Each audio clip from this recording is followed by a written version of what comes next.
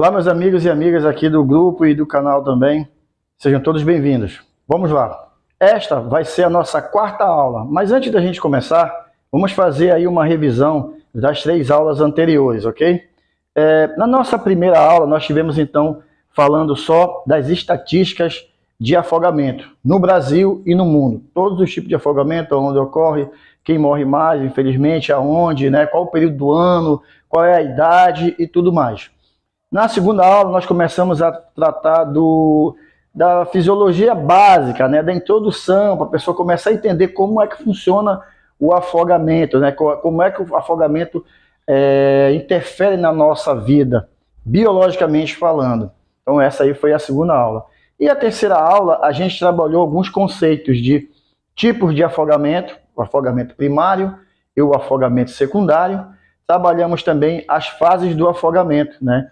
A angústia, o pânico e a submersão. Agora a gente vai começar então a falar sobre um tema bastante importante, que é, apesar de ser a nossa quarta aula, vai ser a nossa primeira aula dos graus de afogamento. Então, no primeiro parte a gente vai explicar rapidinho o que são os graus de afogamento, do resgate até a parte do óbito, né? E depois, num outro momento, nós vamos explicar para vocês como é que a gente está agindo naquela situação. Como é que a gente pode estar contribuindo para diminuir o sofrimento daquela vítima lá, o estado que aquela vítima se encontra. Como é que a gente vai fazer tudo isso então? É isso que a gente vai estudar então agora. Vamos lá.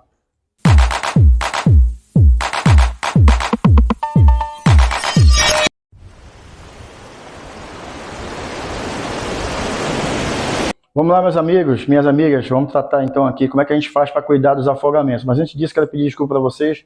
A gente está fazendo um vídeo aqui bem amador, tem uma rua aqui atrás, tem barulho pra caramba, cachorro latindo, gente serrando. Leve em consideração que a gente está fazendo com carinho para vocês, tá bom? Vamos lá, vamos tratar então aqui os graus de afogamento. Você já está sabendo já que vai do 1 ao 6, só que nas extremidades, antes do 1 aqui eu tenho resgate, que não é um grau, e depois do 6 eu tenho óbito, que também não é um grau. A pessoa já morreu, infelizmente. Vamos tratar então aqui, nessa primeira parte, do resgate, até o grau 4, e depois vamos dar uma ênfase aí no 5 e no 6, tá bom? Vamos lá. O que é o resgate em si? O resgate é quando eu apenas vou lá pegar aquela vítima do local e levo para outra situação, para outro local. Ela não se afogou, não produziu espuma, não tossiu nada, não se afogou. Já libero ela de lá? Não. Por quê? Porque eu não sei o histórico daquela vítima lá. Pode ser que ela seja cardíaca, pode ser que ela tenha um problema de pressão arterial alta. E aí ela pode evoluir por um estado que não foi necessariamente o afogamento. Bom, quando eu observar e ver que não aconteceu nada, dali eu já libero ela, ok? Então, essa aqui é a situação no resgate. Vamos agora para o grau 1. O grau 1, ó, já aconteceu isso. Tosse. A pessoa produziu tosse, né? E aí, o que eu devo fazer nessa situação? Existem alguns conceitos bem básicos. Primeiro, se a pessoa tossiu, ó, você se afogou. Ela vai morrer negando, não me afoguei não, e tá tossindo, né? Se afogou e pronto. Só que é um afogamento um pouco mais simples do que os demais. Mesmo assim, tem que ter mais cuidados. Quais são eles? Aquecimento, repouso, conforto, tranquilização daquela vítima lá. E aí sim, quando eu ver que está tudo ok, ela também pode ser liberada daquele local. Agora vamos tratar do 2, 3 e 4, porque eu já tenho que ter aí uma situação, como é que eu posso dizer, mais aprofundada. Para que eu possa tratar do 2 para frente, eu tenho que ter um material. E aí você já tem que estar cobrando isso do seu gestor, né, tanto seja ele público ou privado, para que você tenha um suporte básico ali de equipamento para manter a vida daquela pessoa. Quais são esses materiais aí? Vamos lá. Primeiro eu tenho aqui a questão dos equipamentos de respiração. Eu tenho o meu cilindro, né, pressurizado de oxigênio, e eu tenho o meu BVM, bolsa, válvula, máscara, né, que é conhecido como AMBU. O AMBU também, na verdade, é o apelido que a gente dá para ele, mas é, na verdade, o nome da empresa que o patenteou, que patenteou esse equipamento, perfeito? E dentro dessa situação, é importante dizer que AMBU é uma sigla, quer dizer, Unidade Manual de Respiração Artificial. É algo assim, não vem muito na cabeça, a gente vai colocar aqui para vocês entenderem, tá? Eu tenho que ter, além dos meus equipamentos de respiração, eu tenho que ter meus equipamentos também de mobilização e transporte de traumatizado, isso mesmo. Ah, na água, professor? É na água mesmo. Porque o número de acidentes traumáticos na água, a gente chama de acidente traumático aquático, está muito grande. A gente quebrando a perna, pulando no seco, quebrando a perna, a gente batendo a coluna alta, né, dando de cabeça. É gente ter todo tipo de complicação em choque mecânico na água, ou com solo, ou pessoa com pessoa. Então, eu tenho que ter o meu material, minhas pranchas, o bloco de cabeça, eu tenho que ter o meu colar cervical, eu tenho que ter os meus tirantes, né? E para os tratamentos clínicos, eu tenho que ter minha luva, minhas gases, meu algodão, meu material de limpeza. É isso que eu tenho que ter. Agora sim, tendo o meu material, eu vou poder começar aqui a fazer os primeiros procedimentos do grau 2 ao grau 6, mas agora a gente vai até o 4. Bora lá. O grau 2, então, você sabe que produziu um pouquinho de espuma. Já fica alerta. Se produzir um pouquinho de espuma, significa que aquela água entrou nas vias aéreas e foi lá na intimidade do pulmão já. Ponto. Por quê? Porque ela vai voltar já em forma de espuma devido a ela já ter se misturado com o gás carbônico que está voltando e juntando também com as salivas da boca. Produz um pouquinho de espuma, né? Grau 2 já é uma intimidade mais bem afetada, aí vamos dizer assim, a nível pulmonar. E nesse sentido, o que é que eu faço então? Já vou usar esse camarada. Eu vou tranquilizar, eu vou aquecer, né? Eu vou acalmar aquela vítima lá, só que eu também já vou fazer o meu tratamento com o meu cilindro aqui a 5 litros por minuto com cânula nasal, ou catéter nasal, tanto faz. Professor, o que quer dizer isso? Eu ouço falar aí 5 litros por minuto, eu não sei o que quer dizer isso. Bora lá. Vocês vão ter uma aula específica desses dois camaradas aqui. A aula vai ser oxigenoterapia para afogamento, não tem nada a ver com os tratamentos clínicos, tá bom? Para afogamento no local, que o amador pode fazer sem ser médico, sem ser enfermeiro. Isso aí é amplamente divulgado. Mas vamos tratar aqui. Eu tenho aqui o meu conjunto básico, meu cilindro, eu tenho esse reloginho aqui que é chamado de manômetro, e eu tenho essa torre aqui metrificada que é chamada de fluxômetro, com uma esferazinha ali dentro. O que a gente vai fazer a partir desse momento? A partir desse momento, então, eu vou abrir as minhas válvulas de demanda, né? Que vai pressurizar o sistema, e aqui tem uma torneira. Eu vou girar a bolinha que tem aqui dentro, vai subir até o 5, vai do 0 até o 15.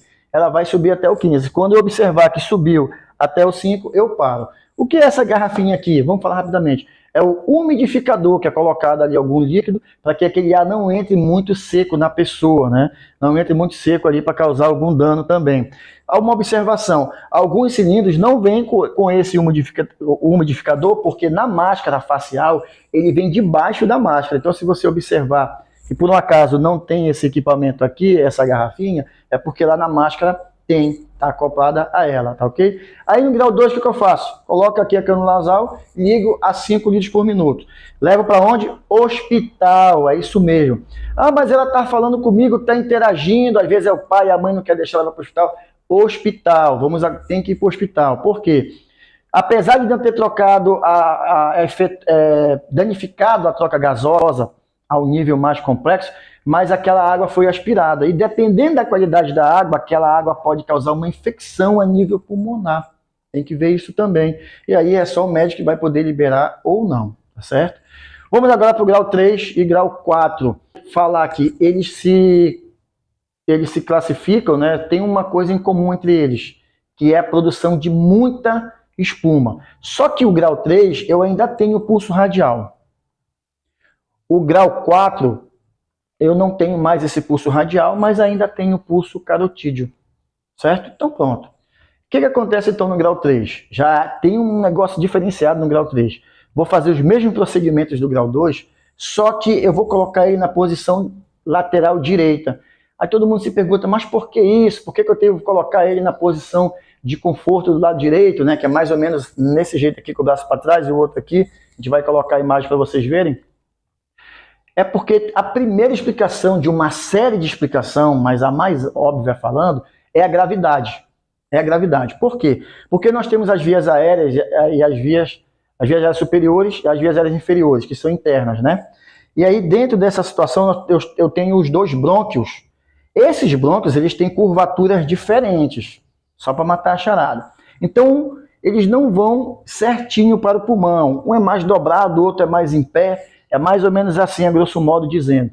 Essa diferença vai fazer com que quando eu coloque a minha vítima de lado direito, a pressão que o pulmão está sofrendo em contato com o solo e o peso do próprio corpo, ele vai fazer com que a água saia por aquele brônquio lá, que tem uma facilidade de sair. Então ela vai sair por força gravitacional e um pouquinho de pressão também, tá ok?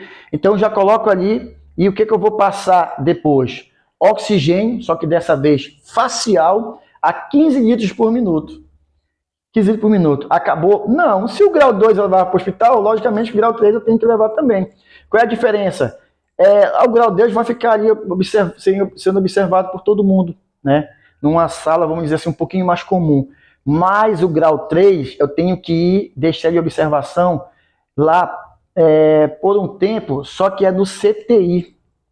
É no CTI que eu vou fazer essa observação, tá? Então é assim que é o tratamento do grau 3. Posição lateral, oxigênio a 15 litros por minuto, transferência para o hospital e lá ele vai para o CTI.